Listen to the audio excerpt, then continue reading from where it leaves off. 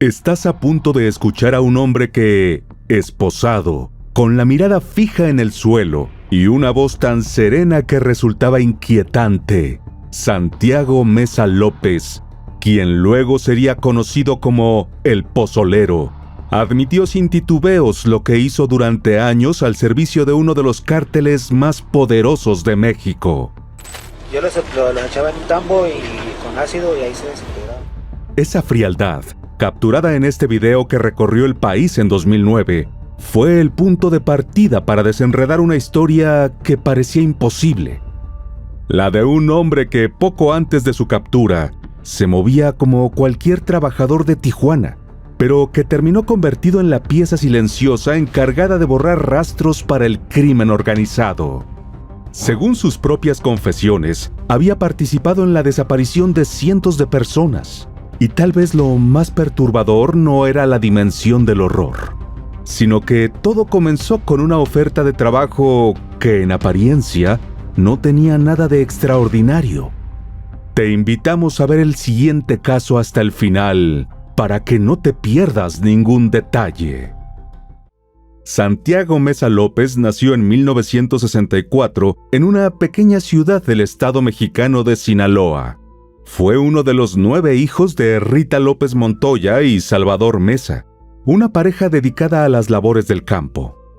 Como resultado, a muy temprana edad aprendió lo que era trabajar bajo el sol, en las largas y arduas jornadas de la tierra, con callos en las manos y un horizonte donde nunca parecía haber oportunidades. Algún tiempo después, Santiago consiguió un empleo en una fábrica de ladrillos. Pero aunque ayudaba a sostener el hogar, el salario seguía sin alcanzar para cubrir los gastos de todos. Por eso, ya desde la adolescencia, entendió que algún día tendría que dejar su ciudad natal para buscar mejores horizontes, sin imaginar que ese camino le transformaría la vida para siempre. A mediados de los años 90, como tantos otros jóvenes, decidió probar suerte en Tijuana dejando atrás a su esposa y sus 4 hijos. Buscaba empleo y un nuevo comienzo, pero también cargaba un resentimiento profundo. Según su propio relato, se había enterado de que su hermana había sido abusada sexualmente por integrantes de una organización criminal de la zona. Ese hecho lo marcó y despertó en él un deseo de venganza. Aún así, se las ingenió para pasar como uno más. En principio, Santiago se ganaba el pan como peón de albañilería y ayudante en talleres mecánicos, conocido por sus compañeros como un hombre reservado, obediente y cumplidor. Por ese entonces no bebía, no causaba problemas y no tenía antecedentes. Pero Tijuana no era un lugar cualquiera. A mediados de los 90, la ciudad se había convertido en un epicentro estratégico para el narcotráfico. Todo comenzó cuando, tras la desarticulación del cártel de Guadalajara unos años antes, comenzó a surgir el cártel de los Arellano Félix, conocido también como el Cártel de Tijuana. Los 5 hermanos varones de dicha familia eran originarios de Culiacán, Sinaloa, considerada la cuna del narcotráfico en México. Su historial comenzó con el contrabando de productos electrónicos y ropa, pero pronto escalaron hacia el tráfico de drogas, raptos y crímenes violentos. Dentro de ese cártel aparecieron figuras como Teodoro García Cimental y su hermano Emanuel. El proceso fue veloz. Se hicieron conocidos por su violencia, su estructura militarizada y su crueldad. Dominaban la frontera con una eficacia brutal. Compraban voluntades, aterrorizaban pueblos enteros y sostenían una red de violencia soterrada bajo la apariencia de prosperidad. La ciudad crecía, sí, pero también aumentaba el número de cadáveres sin nombre. Como resultado, el grupo logró posicionarse como uno de los rivales más fuertes del cártel de Sinaloa, lo que les permitió expandirse rápidamente desde Tijuana hacia otras ciudades del norte de México. Santiago, al igual que otros obreros, veía pasar camionetas blindadas rumbo a las colonias privadas, mientras él sobrevivía con lo justo para comer y pagar el alquiler de una pequeña habitación. Hasta que cierto día, un conocido del barrio, ligado a una célula del cártel, le habló de un trabajo fácil. Le prometieron que sería solo limpieza, nada peligroso, y que en un día ganaría lo que en la construcción tardaba semanas en juntar. Santiago dudó, pero al final aceptó. El encuentro fue en un terreno apartado, en las afueras de la ciudad. Allí lo esperaban hombres armados que, sin ser intermediarios, no le preguntaron si quería el trabajo, simplemente le dijeron qué debía hacer y que desde ese momento su silencio era su vida. Primero lo asignaron a tareas menores: cargar bidones, limpiar superficies manchadas, cavar zanjas. Santiago no preguntaba qué limpiaba ni por qué debía hacerlo solo de noche, solamente obedecía. Con el tiempo comprendió por qué lo habían elegido. Más allá de su fama de trabajador cumplido, era un hombre anónimo, sin vínculos, sin curiosidad y sin voz. El tipo de persona que podía pasar desapercibida. Y así de a poco fue acercándose a aquel mundo oscuro sin que todavía se supiera qué papel cumplía dentro de la organización. Para mediados de los años 2000, Teodoro y Emanuel se habían convertido en figuras que sembraban miedo en Baja California. Lejos quedaban aquellos tiempos en que las desapariciones se vinculaban principalmente con detenciones ilegales perpetradas por policías corruptos. En 2007, la violencia estalló con más fuerza cuando Teodoro intentó quedarse con el control del negocio criminal en Tijuana, desatando un enfrentamiento directo con la facción histórica del cártel. Desde esa ruptura, las desapariciones no solo aumentaron, sino que adquirieron un cariz cada vez más brutal. Porque si antes era común encontrar cuerpos abandonados en la vía pública, con el tiempo las personas simplemente dejaron de aparecer. Y ese patrón, la ausencia total de rastro, se convirtió en la marca siniestra que les otorgó su terrible reputación. Para 2008, con las desapariciones aumentando al mismo tiempo que los crímenes violentos, las familias comenzaron a organizarse para exigir justicia ante la nula respuesta de las autoridades. Así nació la organización Fuerzas Unidas por los Desaparecidos de Baja California, encabezada por Fernando Oseguera Flores. Su hijo, que llevaba el mismo nombre, se había convertido en uno de los casos más conmovedores. Un año antes, un grupo armado se lo llevó y nunca volvió a saberse de él. Se decía que lo habían desaparecido por defender a su novia de un integrante de una célula criminal que la hostigaba. Algo parecido ocurrió con Emanuel Lizárraga, otro joven desaparecido cuyo caso impulsó a su familia a sumarse a la organización. Mientras la Procuraduría local apenas reconocía 96 casos, el grupo de familias había documentado más de 300. La brecha no solo evidenciaba la falta de voluntad institucional, sino también el peso del miedo. La impunidad, el abandono oficial y las amenazas hicieron que muchas desapariciones jamás se denunciaran. Con el tiempo, los colectivos profundizaron su propio registro y comenzaron a compartir hallazgos que estremecieron a la región. Según sus estimaciones, más de 650 personas podrían haber sido arrojadas en 2 cisternas utilizadas como fosas clandestinas. Se creía que la mayoría de las víctimas eran jóvenes adultos, aunque también aparecían indicios de adolescentes e incluso niños. A pesar de ello, las autoridades insistían en que el 95% de las denuncias estaban relacionadas con el narcotráfico. Sin embargo, entre los expedientes y testimonios recopilados por las familias, surgían casos que no encajaban en esa explicación simplificada. Personas sin vínculos criminales que, por azar o mala fortuna, habían estado en el lugar equivocado en el momento equivocado. Pese al dolor, aquellas familias encontraron consuelo unas en otras y comenzaron a organizar sus propias búsquedas en terrenos baldíos, ranchos y casas abandonadas. Mientras ellas recorrían la periferia con palas y cuadernos en mano, Santiago seguía siendo, para sus vecinos, un hombre sencillo y reservado, dedicado a su trabajo.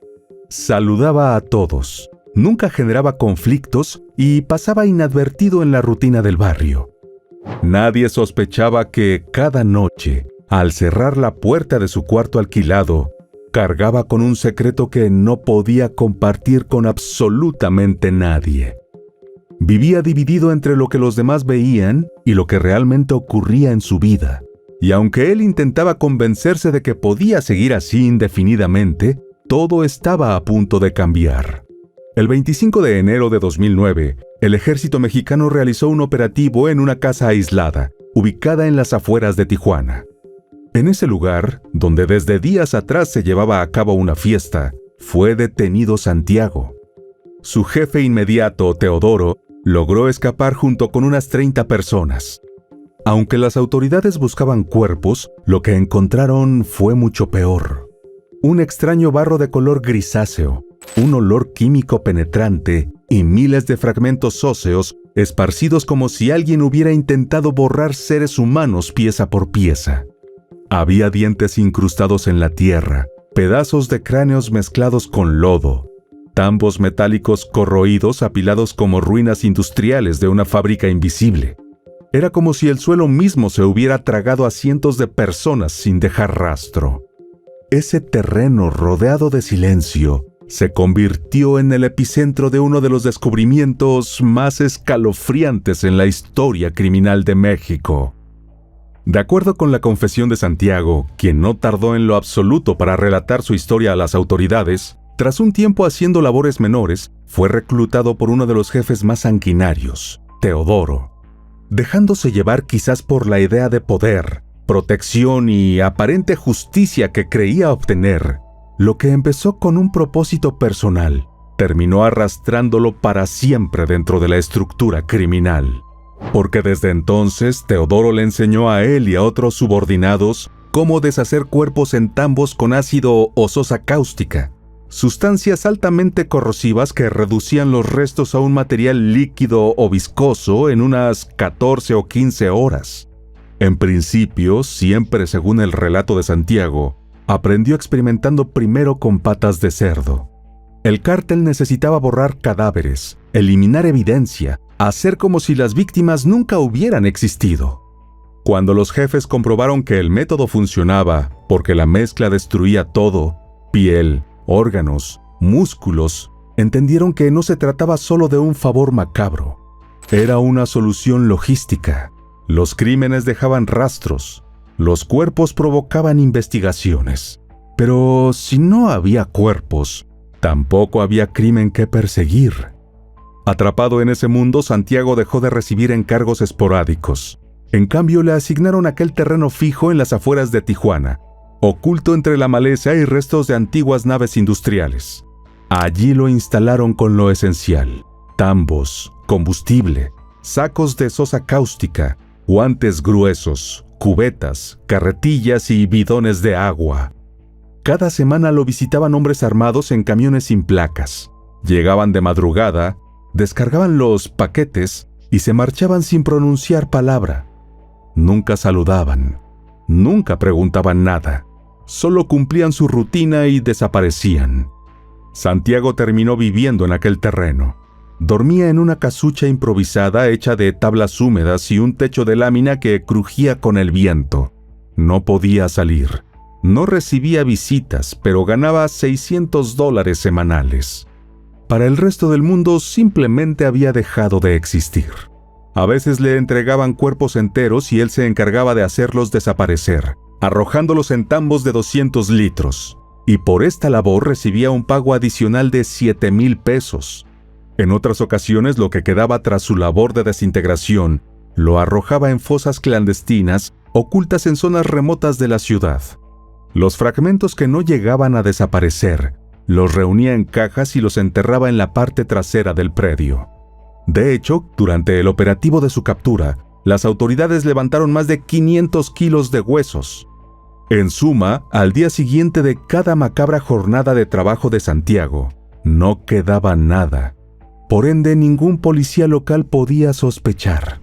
En cuanto a los vecinos, jamás escucharon detonaciones o gritos.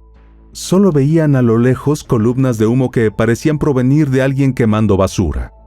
Durante el interrogatorio, Santiago también dijo que no disfrutaba ese trabajo, sino que lo hacía porque temía sufrir la peor represalia si se negaba.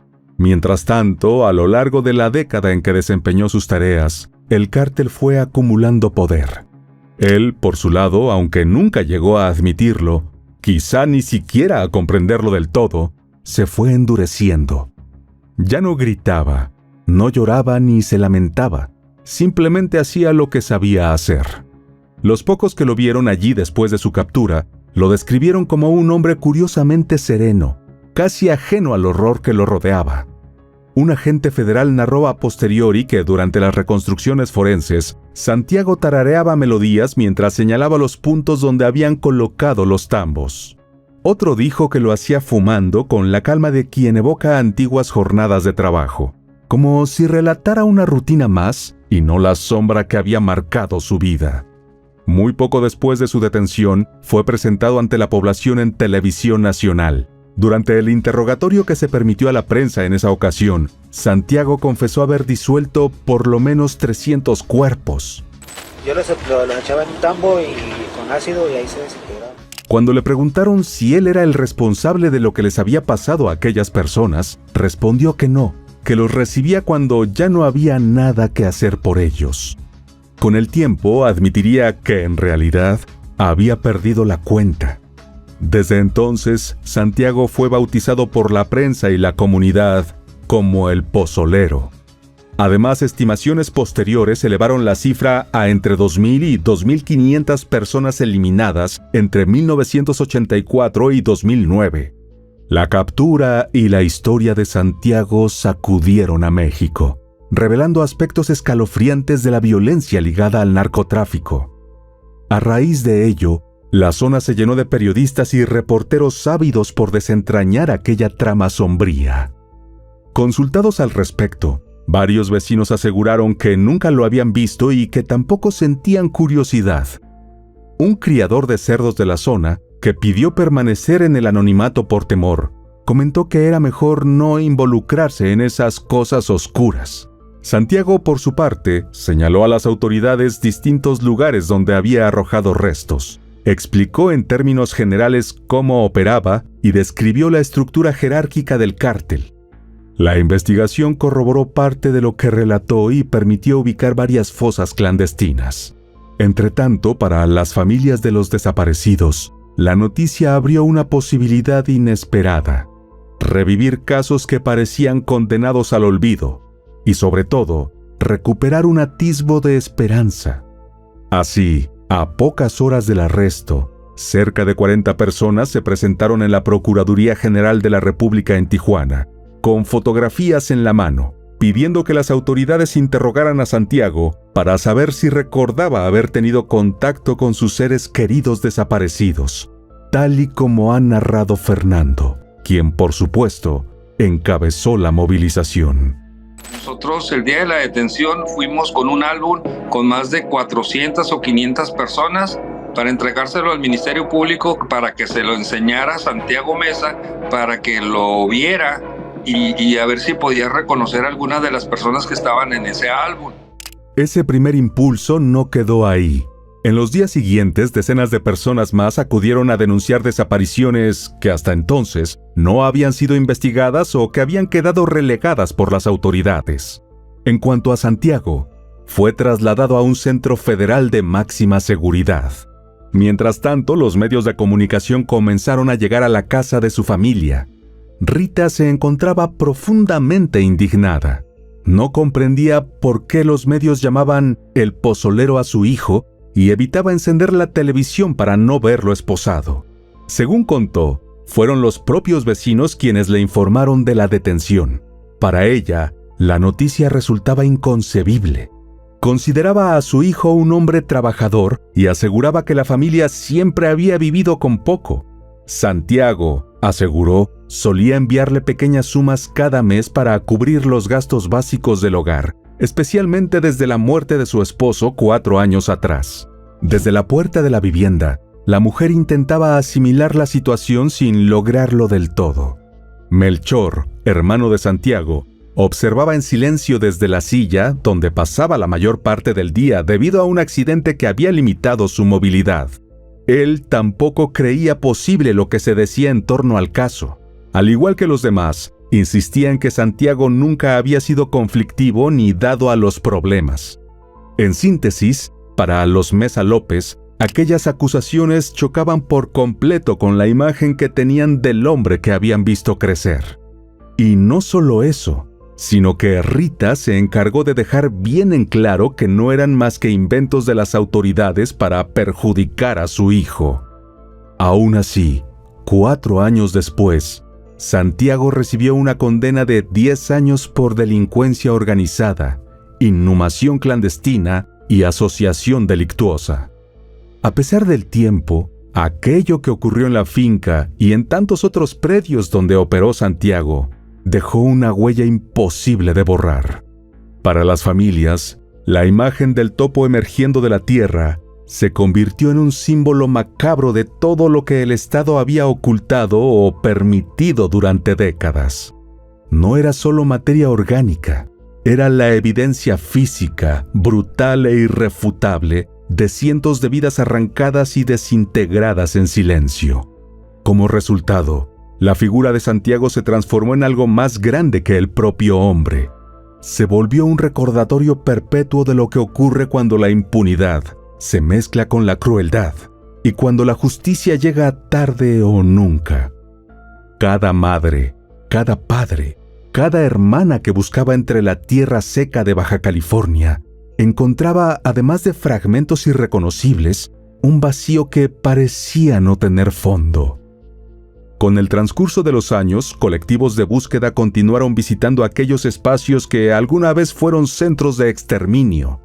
Muchos de ellos, pese a ser declarados asegurados, volvieron a quedar abandonados. Sin maquinaria, sin apoyo científico y sin protección, los propios familiares removían la tierra con palas, varillas y sus propias manos, esperando encontrar aunque fuera un hueso, un diente, algo que pudiera devolverles el derecho básico de enterrar a los suyos. Mientras tanto, cada vez que salía a la luz un nuevo caso de desaparición, la historia de Santiago seguía siendo un punto de referencia obligado. Su nombre se volvió sinónimo de un método de borramiento total, un procedimiento que otros grupos criminales replicaron en estados enteros, desde Guerrero hasta Jalisco. Finalmente, en 2024, la Fiscalía General de la República logró una nueva sentencia en contra de Santiago Mesa López, 30 años y 8 meses por delincuencia organizada y secuestro. Para entonces él continuaba cumpliendo su reclusión en un centro penitenciario federal de alta seguridad. Con este segundo fallo, su historia quedó sellada no como un cierre, sino como otra capa más en un caso que, pese al paso del tiempo, continúa revelando las sombras de una época marcada por la impunidad y el horror. Ahora que conoces todos los detalles de este impactante caso, ¿consideras que la respuesta del sistema de justicia estuvo a la altura de la gravedad y el impacto social de los hechos? ¿O por el contrario, piensas que aún quedan vacíos, omisiones o responsabilidades institucionales que no han sido enfrentadas como deberían? Déjanos tu opinión en los comentarios. ¿Qué pasaría si la persona que más debería alegrarse por tu felicidad, por tus logros, fuera la misma que se enoja al ver tus éxitos? La historia de hoy es un recordatorio desgarrador de cómo, en ocasiones, el amor puede transformarse en algo oscuro y peligroso. Una joven mexicana llena de sueños recibió una noticia que cualquiera celebraría: un ascenso en su trabajo, un reconocimiento a su esfuerzo. Pero lo que debió ser motivo de orgullo y celebración se convirtió en el detonante de un terrible desenlace. En este video te contaremos los detalles de esta estremecedora historia que conmocionó a todo México. Alicia Esmeralda Islas Montiel nació el 24 de agosto de 1992 en el municipio Guadalupe Victoria, en Puebla, México. Allí creció, en el seno de una familia de la clase trabajadora, pero muy unida. Fue una de los 3 hijos del matrimonio conformado por José Erubiel Islas Cortés y Alicia Federica Montiel Hernández. Alicia tuvo una relación de confianza con sus padres y también era muy cercana a sus hermanos, Aldo y Brenda. Quienes la conocieron la describieron como una chica alegre, noble, estudiosa, trabajadora y responsable. Afirman que era muy amorosa y apegada a su familia. Desde temprana edad se rodeó de un sólido grupo de amigos. Todos la admiraban por su altruismo y su interés en ayudar a otros sin esperar nada a cambio. Al culminar la secundaria, probablemente impulsada por su conocida vocación de servicio, Alicia se matriculó en la universidad para cursar una licenciatura en medicina. Sus amigos aseguran que, tanto de forma voluntaria como durante las prácticas profesionales, la joven sacaba a relucir el espíritu humanitario que la caracterizaba, ayudando a personas necesitadas. Incluso, en festividades como Día de Reyes, se disfrazaba para regalar dulces o algunos presentes a los niños. Todos en su entorno conocían el altruismo de Alicia, quien anhelaba un mundo mejor. Pero también sabían que en lo personal tenía muchos sueños por cumplir. Sus planes para su futuro comenzaron a materializarse cuando consiguió empleo en un reconocido laboratorio clínico en la ciudad de Puebla. Aunque la empresa quedaba algo lejos de su hogar, la familia de la joven estaba siempre pendiente de ella. A diario, Alicia hablaba o intercambiaba mensajes con sus padres y los mantenía informados de sus llegadas y salidas y de todas sus actividades. En esta nueva etapa, la vida de la joven dio un giro no solo en lo profesional, sino también en lo privado. En el laboratorio conoció a un hombre llamado René Burgos, originario de Puebla, quien, al igual que ella, había hecho carrera en la medicina. Compartir preferencias e intereses los hizo acercarse y al poco tiempo de conocerse iniciaron una relación amorosa. Y aunque al principio todo parecía ir bien entre ellos, los problemas no tardaron en aparecer, pues, de acuerdo con los testimonios de familiares y amigos, René era una persona agresiva y celosa. Pero ella parecía estar muy enamorada y siguió adelante con el romance, y pese a las señales de alarma y los altibajos, Alicia y René estuvieron juntos por casi 5 años. No obstante, para 2023, ella le habría dicho a su hermana Brenda que no era completamente feliz y que había comenzado a cansarse de la actitud controladora y los celos de su novio, por lo que supuestamente estaba reconsiderando la relación. Sin embargo, después de cada problema, ella siempre terminaba perdonándolo y confiando en sus promesas de que iba a cambiar. Nada hacía presagiar que la decisión de Alicia de mantenerse junto a René tendría consecuencias devastadoras para ella. Todo comenzó después de las 8 de la mañana del jueves 4 de mayo de 2023, cuando Alicia salió de su residencia para lo que se suponía sería una jornada rutinaria en el laboratorio. No obstante, ese día resultó ser más especial de lo esperado, pues la empresa para la que trabajaba le envió un mensaje en el que le informaban que le darían un ascenso y por lo tanto mejorarían sus ingresos. Según declaraciones de Federica, su hija estaba feliz por ese logro y le había dicho que tenían que festejarlo. Nadie podía siquiera imaginar que lo que debió ser motivo de celebración y alegría se convirtió en el detonante de una tragedia inimaginable. De acuerdo con los informes, la joven se mantuvo en contacto con sus familiares durante la tarde. A eso de las 6, Alicia se despidió y salió del laboratorio para regresar a su casa.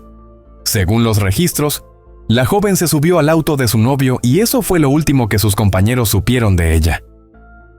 Cuando oscureció y Alicia no llegó a casa, su familia comenzó a preocuparse. Poco después de las 9 de la noche, el padre de la chica le escribió para preguntarle dónde estaba, pero ella no respondió de inmediato. Una hora después de escribirle, finalmente llegó una respuesta de Alicia. Ella ya no era la que me contestó porque luego me doy cuenta de que su manera de hablar conmigo era muy diferente. Me dijo que iba a regresar a la oficina 10 de la noche. En el mensaje escribió que tenía que regresar al trabajo y prometió llamarlo luego. El hombre le preguntó por qué y si estaba pasando algo, pero ella no contestó. Él conocía muy bien a su hija y tenía el presentimiento de que algo no estaba bien. De hecho, pensó que, por el vocabulario usado en los textos, parecía que los mensajes no fueron escritos por su hija y la incertidumbre se hizo mayor. Con el paso de las horas, la angustia de José y del resto de la familia se acrecentó. Ninguno de ellos podía contactar a Alicia y comenzaron a pensar que algo malo pudo haberle pasado, pues no era usual que ella dejara de contestar sus llamadas y mensajes. Cerca de la 1 de la madrugada, el padre de la chica volvió a escribirle preguntándole dónde estaba, rogándole que se comunicara con ellos y diciéndole que estaban preocupados por ella. Pero sus angustiosos mensajes no fueron respondidos. Los seres queridos y los amigos de Alicia comenzaron a buscarla por su cuenta, recorriendo las posibles rutas que pudo haber tomado para regresar a casa y publicando su foto en las redes sociales pidiendo ayuda para localizarla sana y salva.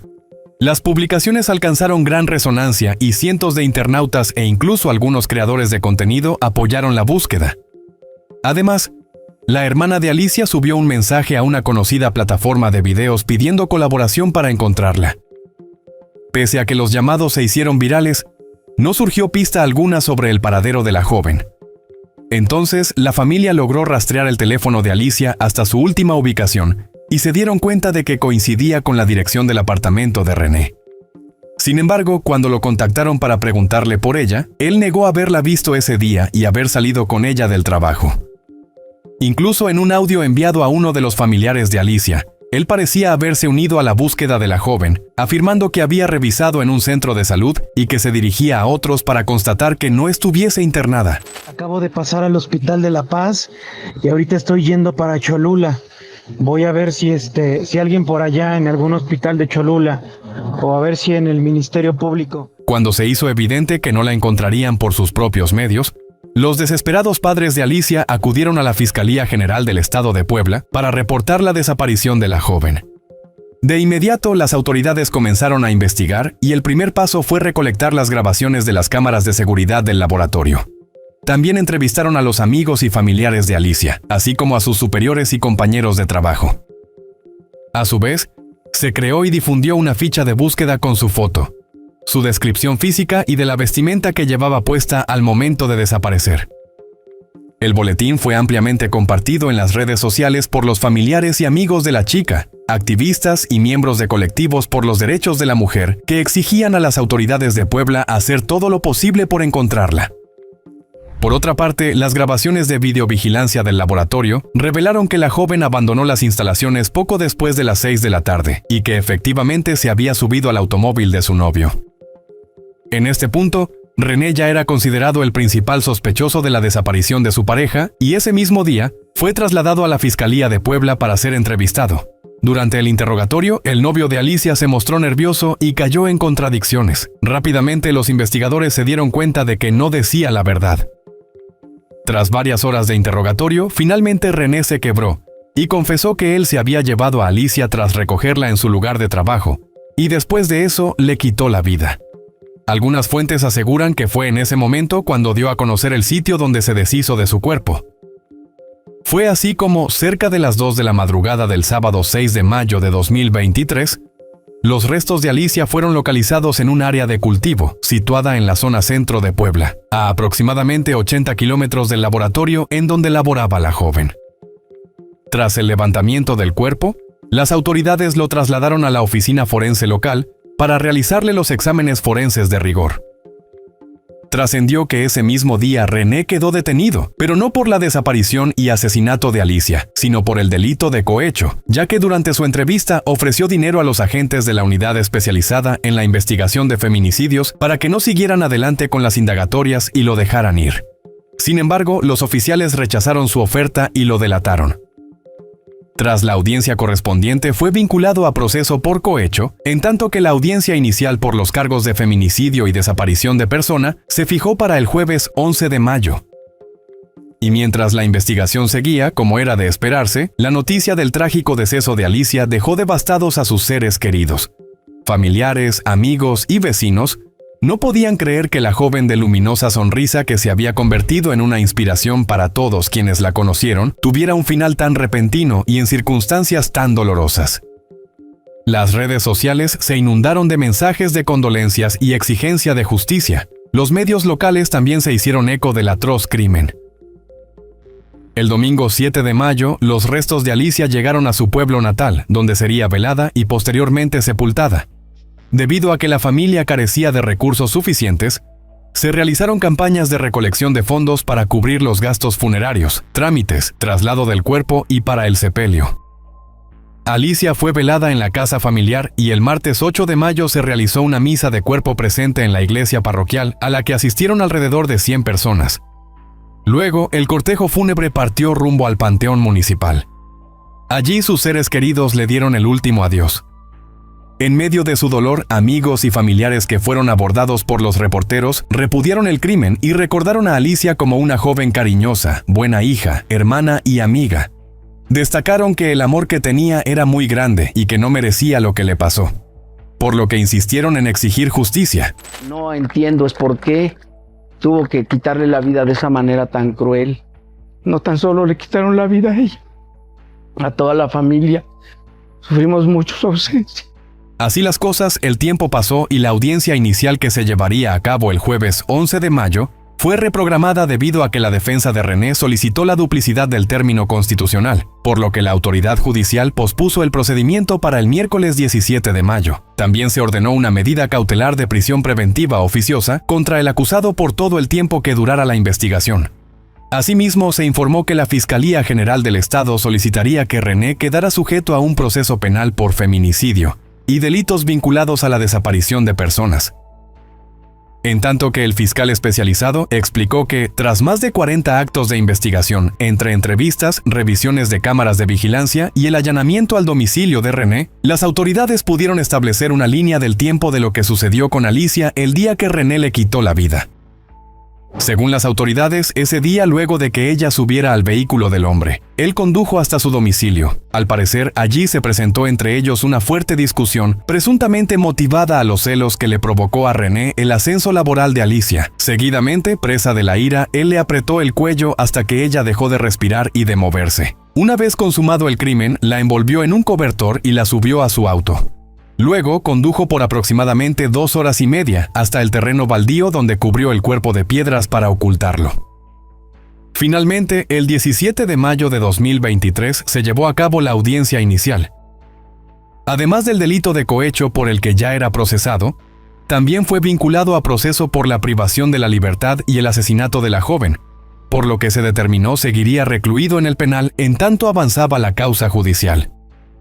Después de eso, el tiempo transcurría sin que se produjera un avance significativo en el proceso penal contra René, debido, según la familia de Alicia, a presuntas irregularidades cometidas por la defensa. El martes 19 de marzo de 2024, 10 meses después de la desaparición y deceso de Alicia, sus padres acudieron al centro de justicia, pues habían recibido una notificación para que acudieran a conocer los avances sobre el caso. Antes de ingresar a la sala, el padre de Alicia declaró a los reporteros que aguardaban a las afueras que hasta ese momento no existía una decisión oficial en contra de René por haberle arrebatado la vida a la chica. Comentó que no sabían a ciencia cierta el motivo de la audiencia y que lo único que podía decir como padre era que estarían atentos para lograr justicia. Luego de eso, a la familia se le negó el acceso a la audiencia, alegando que habían estado en contacto con la prensa, y finalmente la sesión fue aplazada alegando problemas de salud por parte de René. Al ser consultado sobre lo ocurrido, el padre de la joven señaló que solo pudieron entrar los asesores jurídicos de René, y que les informaron que la audiencia fue diferida para otra fecha, la cual no les fue informada a los familiares de Alicia. Ante esta situación, expresaron que les preocupaba que el sujeto estuviese solo vinculado a proceso por cohecho y que se estuviera tratando de desvirtuar muchas cosas. Según José, ahora René se presentaba como la víctima exigiendo protección de sus derechos humanos, lo cual calificó de injusto. Asimismo, expresó que las autoridades judiciales no habían podido probar del todo que él era el responsable del feminicidio de su hija. Incluso, la familia de Alicia afirmó que el abogado de René tenía amistad con el personal del centro de justicia, por lo que temían que eso llegara a entorpecer la justicia. Por otra parte, los Islas Montiel indicaron que tras casi un año de la trágica partida de su hija, el laboratorio para la que ella laboraba ni siquiera se había puesto en contacto con ellos para darles las condolencias, pese a que al momento de su deceso, Alicia tenía varios años laborando para esa empresa, al punto de que fue ascendida de puesto. Los padres de la joven dijeron que tampoco habían recibido la indemnización que correspondía, a la vez que destacaron que Alicia había culminado la carrera de medicina y que estaba por terminar otra, que era una gran investigadora y tenía muchos sueños por cumplir, pero estos le fueron arrebatados de la peor manera. En ese entonces, fuentes judiciales indicaron que el juicio oral podría reanudarse en 2025, pero a la fecha de la investigación para este video, en diciembre de 2025, la familia seguía inmersa en la incertidumbre, denunciando dilaciones por recursos de los abogados de René y exigiendo celeridad a las autoridades. Hasta el momento, la Fiscalía General del Estado de Puebla no ha emitido actualizaciones y tampoco se encontraron avances reportados por otras fuentes oficiales y judiciales. Podría decirse que el proceso se encuentra estancado en la etapa intermedia, con apelaciones de la defensa retrasando el juicio oral. Entretanto, René Burgos permanece detenido a la espera de que se defina su situación legal. La indignación social que generó el crimen se expresó en campañas de búsqueda que se hicieron virales en redes sociales y que aún resuenan como una exigencia masiva de justicia que sigue sin respuesta. Pese a que la rápida confesión y detención de René Burgos contrastan con las dilaciones judiciales, que prolongan el dolor de la familia y cuestionan la eficiencia del sistema penal, este caso subraya la necesidad de promover reformas que permitan agilizar procesos, capacitar en perspectiva de género y fortalecer prevención. Alicia fue una mujer independiente y profesional, que merecía una vida plena y feliz. Su muerte no es solo un doloroso reflejo del impacto de la violencia de género y su máxima expresión, el feminicidio, sino también un llamado a la sociedad y el Estado mexicano a comprometerse para minimizar este fenómeno. Gracias por acompañarnos hasta el final de esta historia. Tu apoyo hace posible que sigamos contando estos casos con la profundidad que merecen. Antes de irte, cuéntanos en los comentarios de dónde nos estás viendo. Nos encanta saber hasta dónde llega esta comunidad. Y si te interesa que sigamos investigando, contando y reflexionando juntos, suscríbete al canal. Eso nos ayuda muchísimo a seguir creando contenido como este. Estás viendo la última presentación de Sergio Gómez. Seguramente se da cuando el cantante se subió al escenario en su natal Michoacán y fue ovacionado por las más de 20,000 personas reunidas en el recinto. Jamás se imaginó que sería su último concierto. Con su habitual energía y alegría, el carismático artista ofreció un espectáculo inolvidable. Sin embargo, varios eventos previos al concierto hoy son considerados por muchos como premonitorios. Quédate hasta el final para que conozcas la historia de este popular músico, su legado y su impactante final, que generó gran conmoción, así como las numerosas hipótesis en torno a este escalofriante crimen. Uno de los casos más recordados en la historia de la farándula mexicana ocurrió en 2007 y tuvo como protagonista a Sergio Gómez, fundador y vocalista del grupo Capaz de la Sierra, uno de los grandes exponentes del estilo duranguense. Pero antes de empezar con los hechos, debemos saber quién era este cantante. Paulo Sergio Gómez Sánchez, mejor conocido como Sergio Gómez, nació el 2 de junio de 1973 en Ciudad Hidalgo, Michoacán, México, en el seno de una familia de escasos recursos. Fue el tercero de los 5 hijos del matrimonio conformado por María del Carmen Sánchez y Baldomero Gómez. Pese a las dificultades económicas que marcaron su infancia, Sergio fue descrito como un niño alegre y juguetón. Desde temprana edad mostró gran interés por la música, probablemente influenciado por su padre, ya que Baldomero formaba parte de una agrupación que interpretaba música regional mexicana. Deseoso de seguir los pasos de su padre e incluso de superarlo, convirtiéndose en un artista de renombre, Sergio comenzó a experimentar con distintos géneros, decantándose por los ritmos norteños. Pero al inicio, su carrera musical no resultó todo lo exitosa que él esperaba, y en determinado punto se vio ante la encrucijada de seguir persiguiendo su sueño o conseguir un empleo formal para ayudar a su familia. Entonces, comenzó a presentarse en fiestas privadas y pequeños locales nocturnos. En esa época, su vida dio un giro cuando conoció a Felicitas García, con quien inició un apasionado romance. Pese a su juventud, rápidamente la pareja contrajo matrimonio y formaron una familia. Así, en búsqueda de mejores oportunidades, a inicios de la década de los 90, emigró con su familia a Estados Unidos, específicamente a Illinois, donde existía ya una nutrida comunidad latinoamericana. Sergio trabajó como ingeniero de sonido en un club nocturno, lo que le permitió conectar con músicos locales y agrupaciones del género que tanto le apasionaba. Allí conoció a los músicos Armando Rodríguez y a Rafael Solís. Este encuentro cambió el curso de la vida de Sergio de forma definitiva. Ellos lo invitaron a formar parte de un grupo musical para interpretar versiones de éxitos de grupos ya conocidos. Sin embargo, le propusieron hacerlo de manera diferente, con el estilo musical denominado duranguense, uno de los subgéneros de la música regional mexicana o grupera que fusiona elementos norteños y de tecnobanda, con la incorporación de instrumentos como el saxofón y el teclado electrónico. Sergio no solo aceptó entusiasmado, sino que reunió a varios músicos de diferentes agrupaciones, y así nació Capaz de la Sierra, grupo que rápidamente se ganó el cariño y la admiración de los amantes del duranguense. Como vocalista principal de la banda, líder y productor, Sergio aportó también letras emotivas que hablaban sobre el amor, el desamor y la vida cotidiana, las cuales sonaron primero en estaciones de radio de Chicago. Los temas obtuvieron gran aceptación entre la comunidad mexicana de esa ciudad y el grupo comenzó a alcanzar éxito. En 2004, la agrupación estrenó su segundo álbum de estudio, titulado Pensando en ti, cuyo primer sencillo, Volveré, era una versión al estilo único de Capaz de la Sierra del tema popularizado por Diego Verdaguer.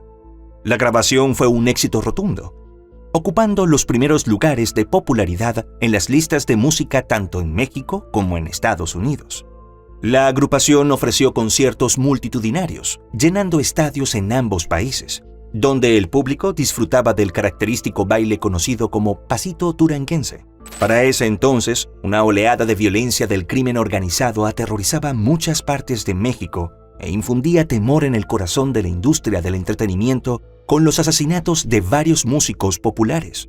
Para muchos, los atentados contra grupos musicales y cantantes del género regional mexicano se encontraban fuertemente relacionados con el narcotráfico.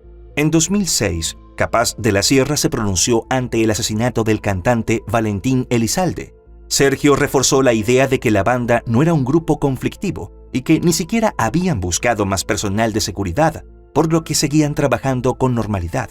Capaz de la Sierra continuó con su agenda artística de presentaciones, conciertos y publicando nuevo material discográfico.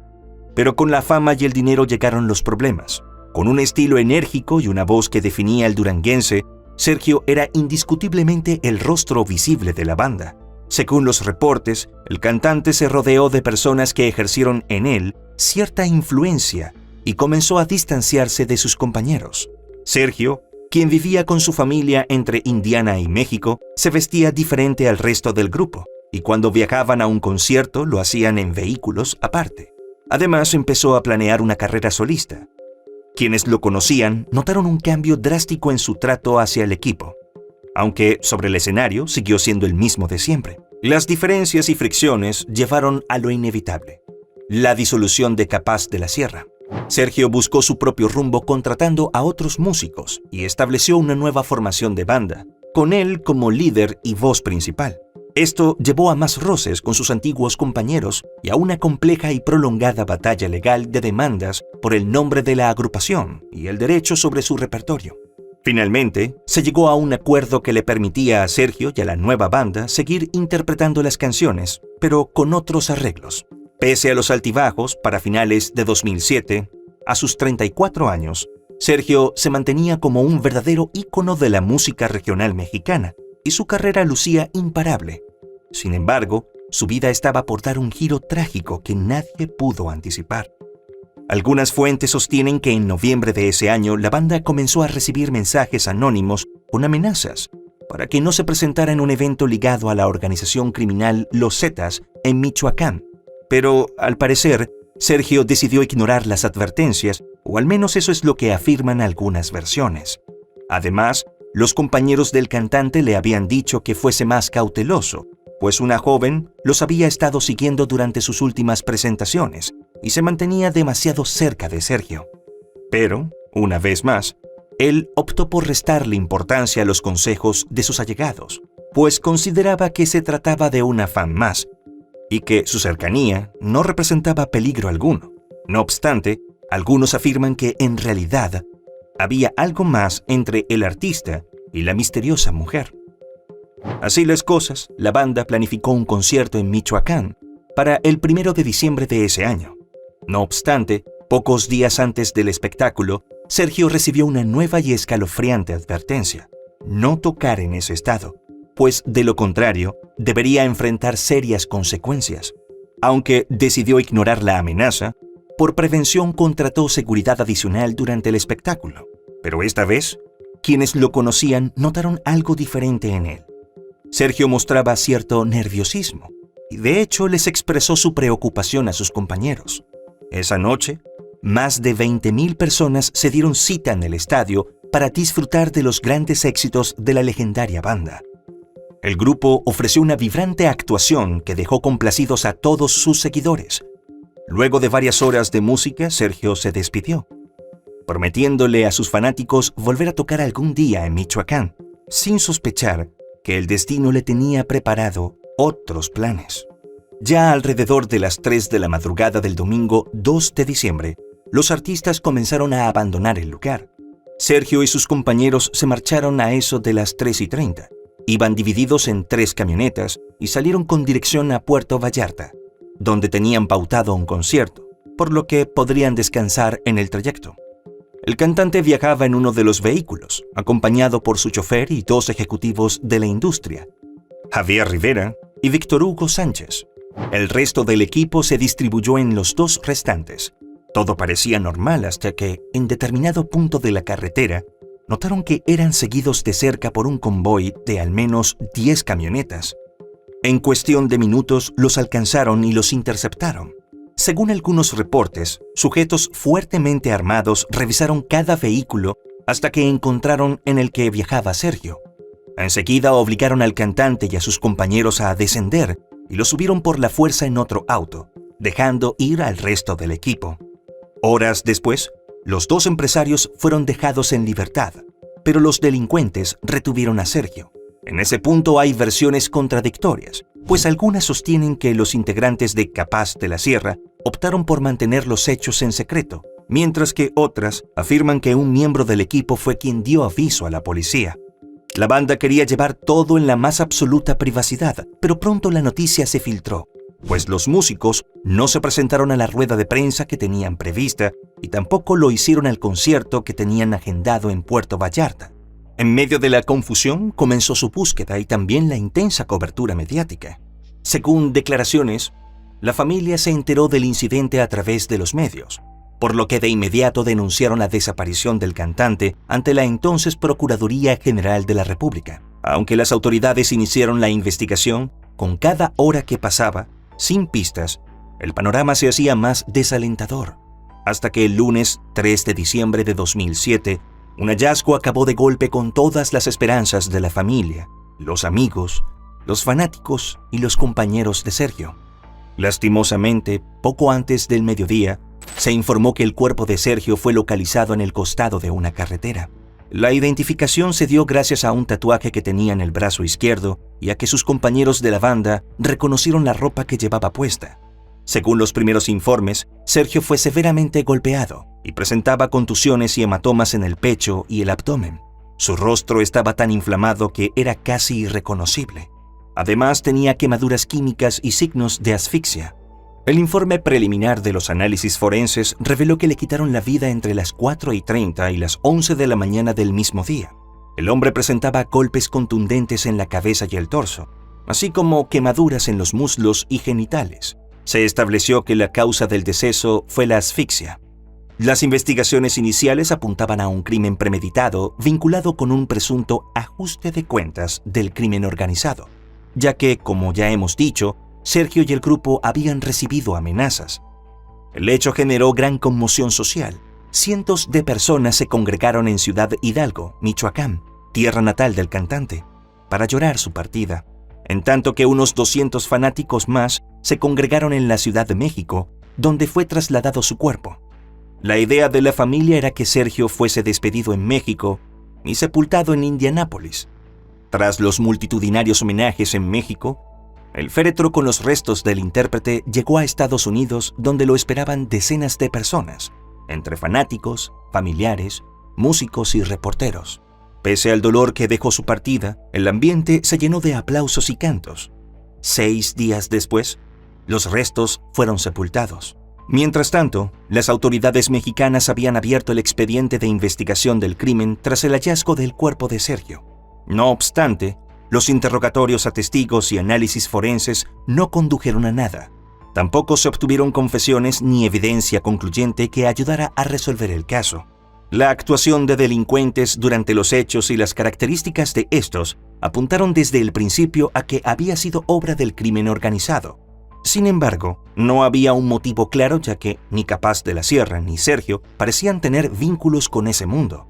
A diferencia de otros artistas de la música regional mexicana que perdieron la vida en hechos violentos, las letras de sus canciones no alababan o normalizaban las actividades ilícitas de esos grupos. y los llamados narcocorridos no formaban parte de su repertorio. Sin embargo, a medida que pasaba el tiempo sin que se supiera la verdadera razón y los autores del brutal crimen del querido artista, fueron surgiendo distintas hipótesis en torno al caso, principalmente vinculadas al contexto de violencia narco en la región durante esa época. La versión que cobró mayor fuerza fue la del ajuste de cuentas entre carteles de la droga, específicamente una supuesta venganza de la organización conocida como la Familia Michoacana contra los Zetas, a un cártel rival. Según esta hipótesis, Sergio Gómez fue asesinado por orden de Nazario Moreno González, alias El Chayo, líder de la Familia Michoacana, como represalia por la actuación de Capaz de la Sierra en un evento privado ligado a los Zetas. Otra suposición tiene que ver con la negativa de la agrupación a pagar el llamado derecho de piso, que no es más que una cuota de protección impuesta por grupos criminales locales a los artistas para permitirles actuar en ciertas regiones de Michoacán. Esta hipótesis se basa en el patrón de extorsiones comunes contra artistas en zonas de alto riesgo, aunque carece de evidencia directa como testigos o confesiones. Una versión menos difundida apunta a un móvil personal o pasional, posiblemente vinculado a una relación extramatrimonial con una mujer presuntamente relacionada con miembros de un cártel. Esto se interfiere de la hazaña específica con quemaduras en los genitales, que podría indicar un componente de humillación o celos. En este mismo contexto, algunas fuentes se hicieron eco de rumores según los cuales el crimen habría sido ordenado por Felicita, la viuda de Sergio, quien habría descubierto una supuesta infidelidad y decidió cobrar venganza. Sin embargo, estas conjeturas son especulativas y no han sido respaldadas por la investigación oficial. La hipótesis de la venganza entre cárteles se considera la más sólida por varias razones. Por ejemplo, las amenazas recibidas antes del concierto y la ejecución posterior encajaban perfectamente en el modus operandi de estos grupos. Además, en esa época el Estado enfrentaba una escalada de violencia. Michoacán era epicentro de disputas con ejecuciones similares contra figuras públicas que colaboraban, incluso involuntariamente, con grupos rivales. Así las cosas, Arnaldo Rueda, alias La Minsa, presunto coordinador operativo de la familia michoacana, fue señalado como el ejecutor de Sergio Gómez y lo detuvieron el 11 de julio de 2009 en Michoacán. Su arresto fue el detonante de una oleada de cruentos ataques del grupo criminal, que dejó varios policías heridos y fallecidos. Finalmente, el hombre fue extraditado a Estados Unidos, donde respondería ante la justicia de ese país por delitos relacionados con el narcotráfico, pero nunca fue acusado del asesinato de Sergio.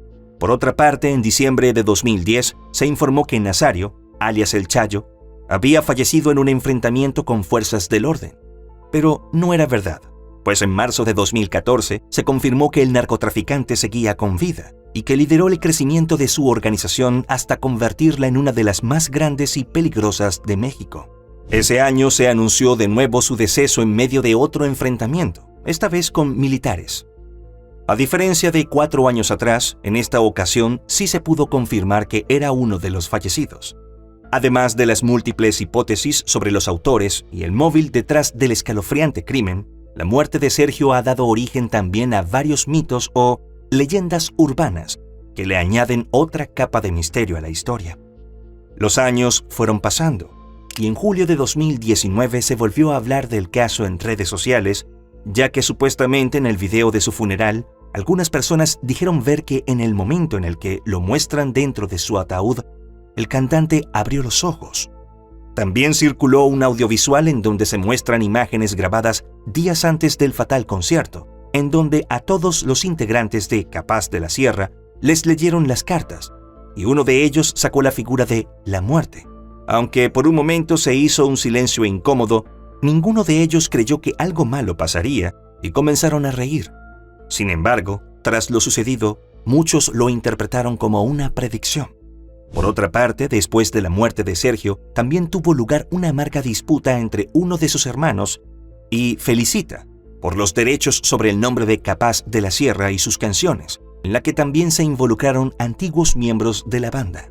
Finalmente, la justicia favoreció a la mujer y los hijos de Sergio, quienes se quedaron con la propiedad del nombre y el repertorio de la banda, que siguió activa tras una pausa por el duelo. De hecho, en cada presentación y álbum, Capaz de la Sierra honra la memoria de su fundador y cantante principal. Recientemente, durante una gira por Estados Unidos, la banda presentó como uno de sus integrantes al hijo mayor del hombre, Sergio Gómez Jr., quien afirmó que mantendría vivo el legado de su padre. Pero pese a que el caso generó una gran polémica, para noviembre de 2025, cuando estamos realizando esta investigación y a casi 18 años del crimen, el caso permanece sin resolver, sin detenidos, ni avances judiciales significativos. En su apogeo, Capaz de la Sierra representaba el éxito del duranguense como género accesible y festivo. Por eso, el asesinato de Sergio tuvo tanto impacto en el mundo de la música regional mexicana, simbolizando además la intrusión del narcotráfico y el crimen organizado en la cultura popular. Por otra parte, la trágica historia inspiró documentales, canciones tributo y mitos, como los videos virales que hemos mencionado. Además de que reforzó la narrativa de que la cultura narco en la música, donde géneros como los corridos glorifican o victimizan a artistas, afianzando la percepción global de México como territorio violento. Más allá de la pérdida personal, su legado perdura en la música de Capaz de la Sierra, como recordatorio de la vulnerabilidad de los artistas en zonas conflictivas y como un llamado a tomar acciones para que la música siga siendo refugio, no blanco de la violencia. Y hasta aquí el caso de hoy. Cuéntame en comentarios qué opinas. ¿Qué hipótesis crees que es la más acertada? Sus comentarios son muy importantes para nosotros. Nos vemos hasta otro caso. Adiós.